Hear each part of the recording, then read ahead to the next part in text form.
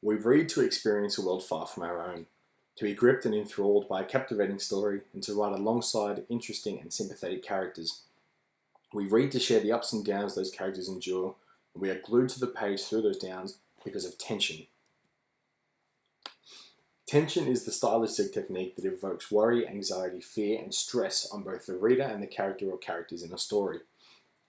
It's like an electrical current that runs through the story, as writer Bill Johnson has said. The weaker the current, the less a story transmits to an audience. The greater the current, the greater the involvement of the audience. For all the people who have read his work, few would argue that American writer Michael Crichton is a master of the art of writing tension. Michael John Crichton was born in Illinois in 1942.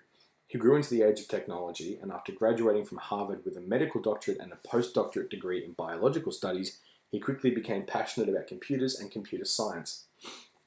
He began teaching anthropology at Harvard before his interests broadened to film and television. He wrote and directed his first film, Westwood, in 1973, and wrote and directed the hit television series ER. Into his 40s, Crichton realized a passion for writing novels, releasing well-known titles like The Andromeda Strain, State of Fear, Congo, Timeline, Jurassic Park, and its sequel, The Lost World, all of which were backed up by years of research and a dense bibliography. His growing thirst for knowledge, research, and love of computer technology became a staple for his writing, especially present in his best-selling 2002 science fiction thriller, Prey. Michael Crichton unfortunately passed away in 2008 after a brave battle with cancer.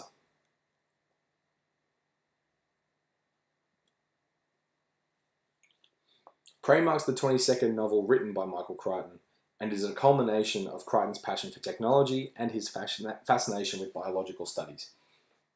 Jack Foreman is a stay-at-home dad after recently losing his job at Mediatronics, where he was a team leader in computer software programming.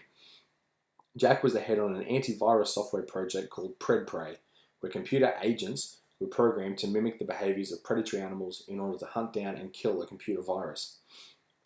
Julia, Jack's wife, is the president of Zymos Technologies, where a great breakthrough in nanotechnology has taken place.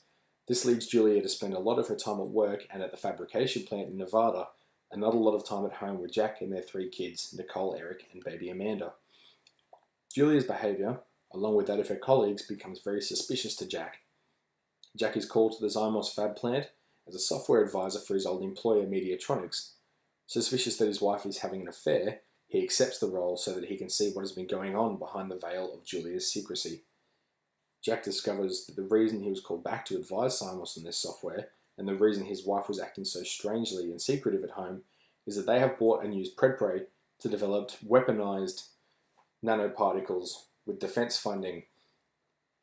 Some of the particles have escaped the fabrication plant, and with the help of Prey are hunting down anything that moves in the desert, resulting in a thrilling tale of survival. The novel's tense writing has been praised by fans and critics ever since its release. The predatory nanobots, murderous scientists, and often careless directors of Zymos make Prey not only a thrilling example of tension writing at its best, but also a gripping cautionary tale. Michael Crichton's style and ability to evoke fear, stress, and anxiety into his audience has always been a highly praised element of his writing. In the novel Prey, this can be attributed to the high stakes and race against time. Crichton creates tension to this thrilling plot with the use of techniques like foreshadowing and foreboding, the clever use of symbolism, and silence. Crichton has an uncanny ability to give the reader a hint of where the story is headed, but the audience can never truly be sure what perils lie waiting for Jack and his family. Crichton hints at events to come through his craft with foreshadowing. Foreshadowing is a very common and crucial technique when writing with the style of tension.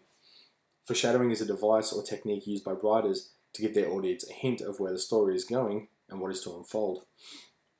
It's not a complete heads up, but rather a small glimpse that may lead the reader to make their own assumptions about the plot. Foreboding can be equally as important, however subtle. Foreboding creates the feeling that bad things are going to happen in the future. It's less of a glimpse of events. It builds anxiety up in the pit of your stomach as you read further into the story. Crichton jumps straight into the novel with the use of this device when he sets the scene and begins the book with a log from Jack Foreman set at the very end of the novel. It's midnight now. The house is dark. I'm not sure how this will turn out. The kids are all desperately sick, throwing up. I can hear my son and daughter retching in separate bathrooms. I went in to check on them a few minutes ago to see what was coming up. I'm worried about the baby, but I had to make her sick too. It was her only hope. I think I'm okay, at least for the moment. But of course the odds aren't good. Most of the people involved in this business are already dead, and there aren't many things I can know for sure. The facility is destroyed, but I don't know if we did it in time. I'm waiting for May. She went to the lab in Palo Alto 12 hours ago.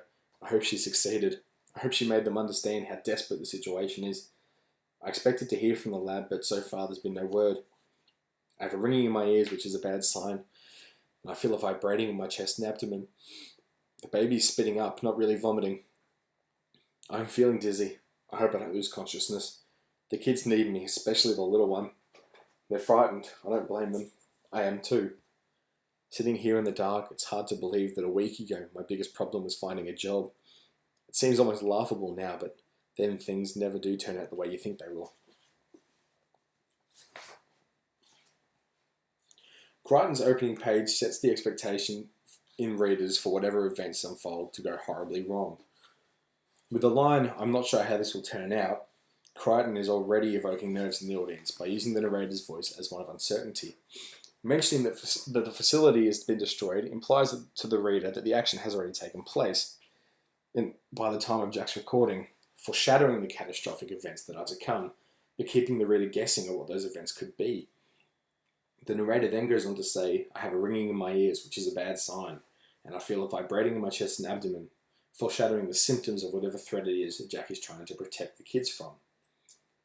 In beginning the novel with this glimpse of the future, Crichton sets up the expectations for disaster and keeps the reader tensely reading in between every line of the chapters that follow, searching for a sign of what may be causing ringing in ears or kids throwing up, and what would make these signs so bad. Hand in hand with the foreshadowing opener to the novel is Crichton's ability in foreboding. In the same excerpt, Crichton ends on the line, "Things will never turn out the way you think they will." This line leaves the audience with a sense that whatever they are to guess will come from the novel will be tested. Crichton clearly delivers on this line, but beginning the next section of the novel with a juxtaposing scene of a stay-at-home dad out shopping for placemats while the kids are at school. From here, Crichton's long build-up to action creates a storm of anxiety in the reader's belly. The whole while Jack is at home dealing with his children and looking after the house, he is becoming increasingly suspicious of his wife's behaviour. Jack describes Julia as acting decreasingly like herself, becoming thinner and thinner until she looks gaunt, which he assumes is all attributed to her trying to look good at work for another man.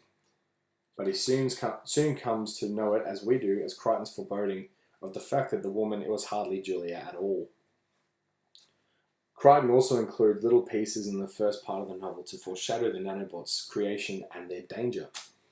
Eric makes mention of silver men in the house, which certainly leaves an anxious feeling in the stomach of Prey's audience, and a ghost that he's seen. Shortly after Eric has seen these silver men, Jack notices a lot of technological devices missing from the house. This evokes a feeling of unease and fear as Jack wonders anxiously whether or not Eric's delusions and the missing kit are connected in any way. Crichton then uses Eric's iPod and the circuit board inside being corroded and eaten away to foreshadow the abilities and threat of the nanobots, along with the cover-up operation that Simos has implemented to keep themselves safe.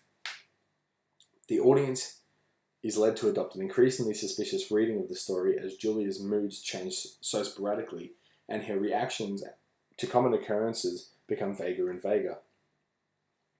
These suspicions linger throughout the novel until Crichton unveils that Julia has in fact been infected by a swarm of nanoparticles who are controlling her movements. Jack's realization of this soon becomes the reader's realization that Jack and the kids are in such peril at the beginning of the novel because Julia's nanobots have infected their house as well. This forebodes the danger that Jack and his family will face, but a big help in creating tension in the opening of the novel is the author's use of symbolism. Symbolism is using an object or a word to represent an idea in the story. With the repetition of certain words and imagery in Prey, Michael Crichton has created tension that lingers with the reader long after they have finished the novel. In one scene, Jack tries to make sense of Julie's behaviour lying in bed, waiting for her to get home from work. He's exhausted but anxious, running scenarios in his head about what Julia may be up to. Julia walks in and does not notice that Jack is still awake. Crichton throws in this scene where Jack is watching Julia undress as she comes home to introduce the symbol of the cloak for the first time.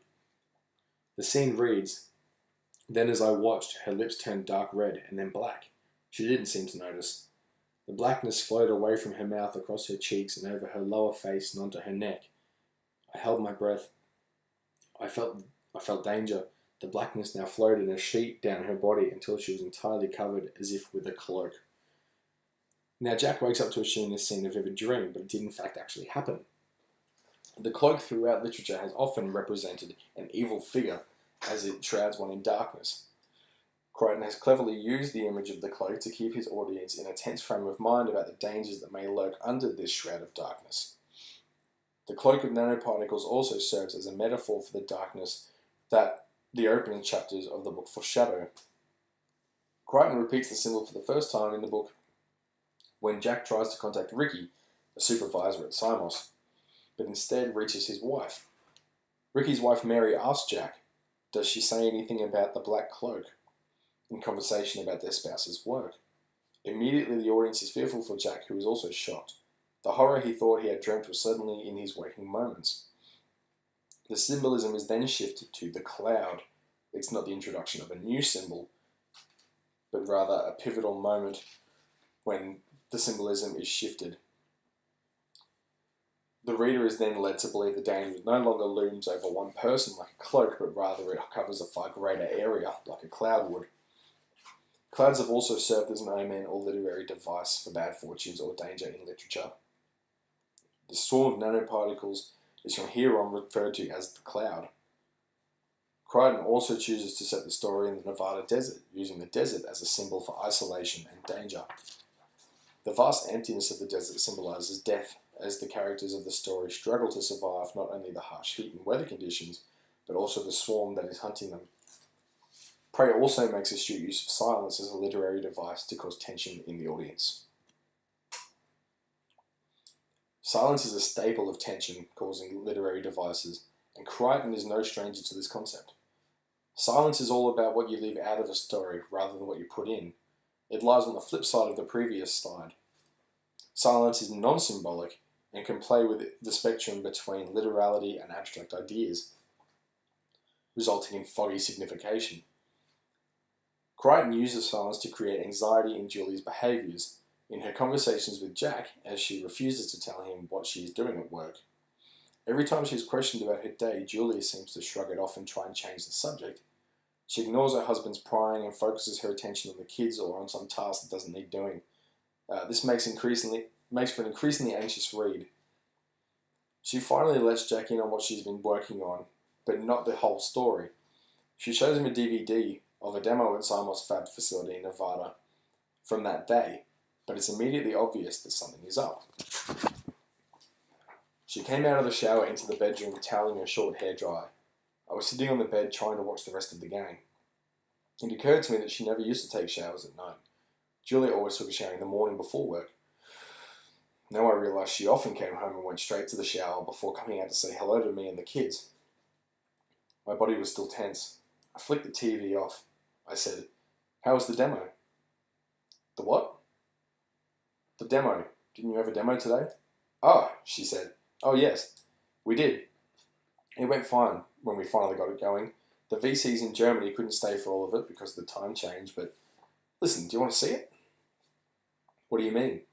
"I have a dub of it. Want to see it?" I was surprised. I shrugged. "Okay, sure."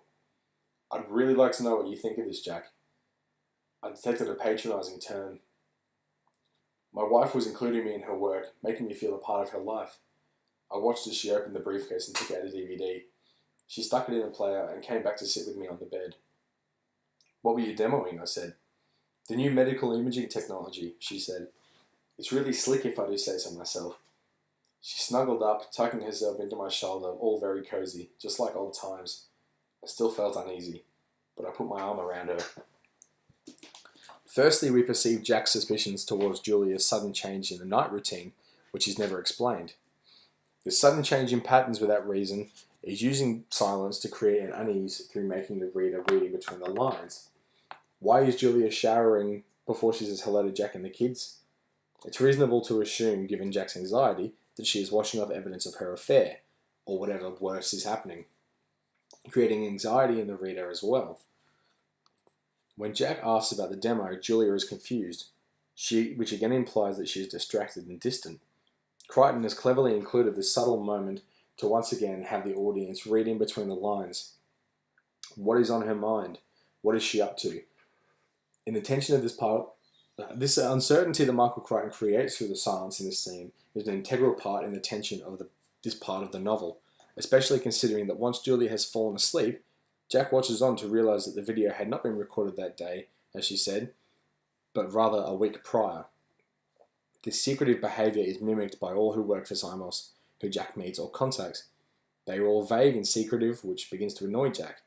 Everything they leave out, like where the funding comes from, how they manufactured the particles, what software was being used, all leads to the increase in Jack and the reader's suspicions, and therefore evoking stress and fear in the audience and characters.